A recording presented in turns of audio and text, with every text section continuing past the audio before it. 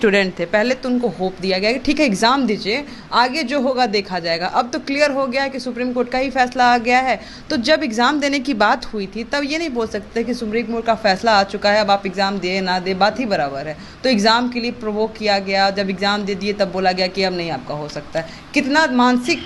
Problem दिया गया इस चीज़ को। नहीं, देखिए, जो बीपीएससी के चेयरमैन ने जो प्रेस कॉन्फ्रेंस करके बात कही, वो तो उन्होंने सीधा कहा कि हम एग्ज़ाम ले रहे हैं आपका, लेकिन रिज़ल्ट को हम होल्ड पे रखेंगे, और जब तक सुप्रीम कोर्ट से कोई राहत लेकर के कोई अगर छात्र नहीं आता है तब तक हम एग्ज़ाम को होल्ड पे रखेंगे, रिज़ल्ट को, सॉरी। तो हमारा लेकिन ये कहना है कि सुप्रीम कोर्ट का जो वर्डिक्ट है, जो 11 अगस्त को आया था, उस वर्डिक्ट को अगर ठीक से कोई समझे तो उसमें जो ऑनगोइंग प्रोसेस बहाली का चल रहा है, अगर कहीं पे रिक्रूटमेंट का एडवर्टाइजमेंट आ चुका है, उसकी विज्ञप्ति आ चुकी है, प्रोसेस में चल रहा है, तो वैसे लोगों के लिए एक रास्ता वहाँ पे छोड़ा हुआ है कि आप वैसे लोगों को एग्जेम्प्ट करके,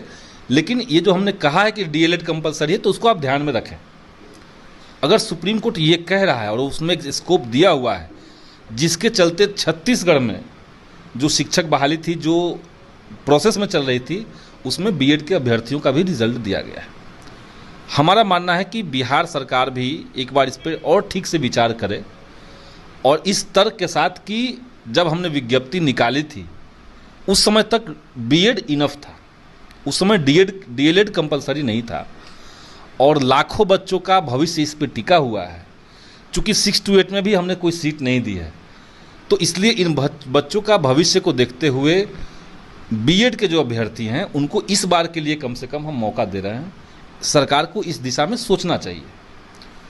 और चूँकि आपको क्वालिटी टीचर भी लेना है, तो आप बीएड के अगर छात्रों को लेते हैं जिसकी संख्या ज़्यादा है, तो एक अच्छा आपके पास एक अच्छा कंपटीशन हो सकता है, और उनका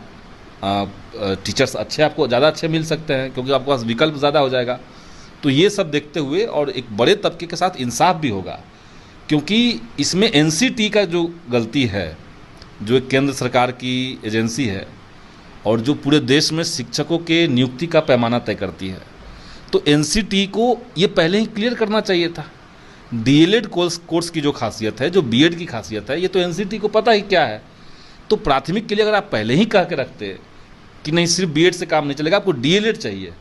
तो अभ्यर्थी क्यों, गांव देहात के बच्चे जो हैं वो अपने ज़मीन को गिरवी रख करके उधार पैंचा ले करके लोग बीएड की कोर्स कर रहे हैं। अब वो जब कोर्स कर लिए,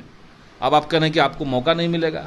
तो उनके साथ भी एक इंसाफ होना चाहिए। इसलिए सरकार इसमें पहलकदमी ले और बीएड के बच्चों को मौका मिले। ये सब में जो भुगतते हैं वो स्टूडेंट ही होते हैं। शिक्षा व्यवस्था को सुधारने की बात की जा रही है, लेकिन अगर हम स्टूडेंट्स की बात करें, काफ़ी प्रताड़ित हैं। शिक्षक में जो शिक्षक बनना चाह रहे हैं वो भी प्रताड़ित है। कभी हाईकोर्ट जाना पड़ रहा है, कभी फॉर्म नहीं भरा रहा है, फॉर्म भरा रहा है तो फिर दिक्कत हो रहा है, एडिट का ऑप्शन नहीं आ रहा है, तो इतना सारा सब कुछ हो रहा है, व्यवस्था ठीक किया जा रहा है, तो स्टूडेंट के बारे में नहीं सोचा जा रहा है क्या? वही मैं कह रहा हूँ कि व्यवस्था इसमें, देखिए, इसमें तो सरकार का बहुत कुछ है नहीं जी। सरकार को सुप्रीम कोर्ट के वर्डिक्ट के आलोक में ही कुछ निर्णय लेना है, और उसमें मैं वर्डिक्ट पढ़ रहा था, उसमें एक स्कोप है जहां से आप उसकी व्याख्या इस सेंस में कर सकते हैं कि हमारी बहाली चूँकि पहले से घोषित हो चुकी थी, विज्ञप्ति हमने जारी कर दी थी, और जारी करते वक्त बीएड के जो बच्चे थे वो योग्य थे, इसलिए उस बहाली में जब वो प्रवेश कर गए, कोई भी बहाली होती है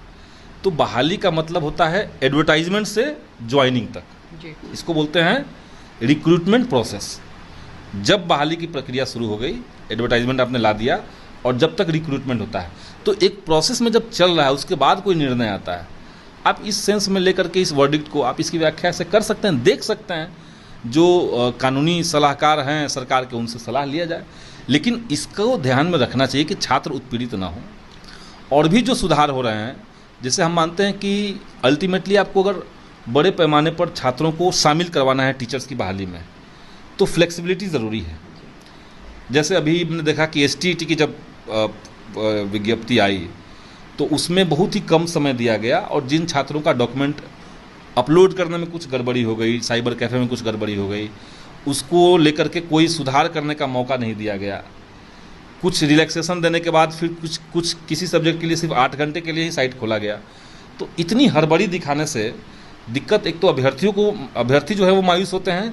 दूसरी तरफ आपके बहाली में बड़े पैमाने पर छात्र भी शामिल नहीं होते हैं, इसलिए अच्छा कंपटीशन नहीं होगा, तो अच्छे टीचर आप चुन भी नहीं पाएंगे। तो कई एंगल से देखना चाहिए कि सरकार को, विभाग को या आयोग को स्टूडेंट्स को लेकर के थोड़ा एक फ्लेक्सिबिलिटी रखना चाहिए ताकि मैक्सिमम पार्टिसिपेशन एग्ज़ाम प्रोसेस में हो पाए। बीएड किए हुए जो अभ्यर्थी हैं उनको अब क्या कहेंगे, क्या करना चाहिए, होप रखना चाहिए, नहीं रखना चाहिए? ये देखिए, हम तो सरकार से मांग कर रहे हैं।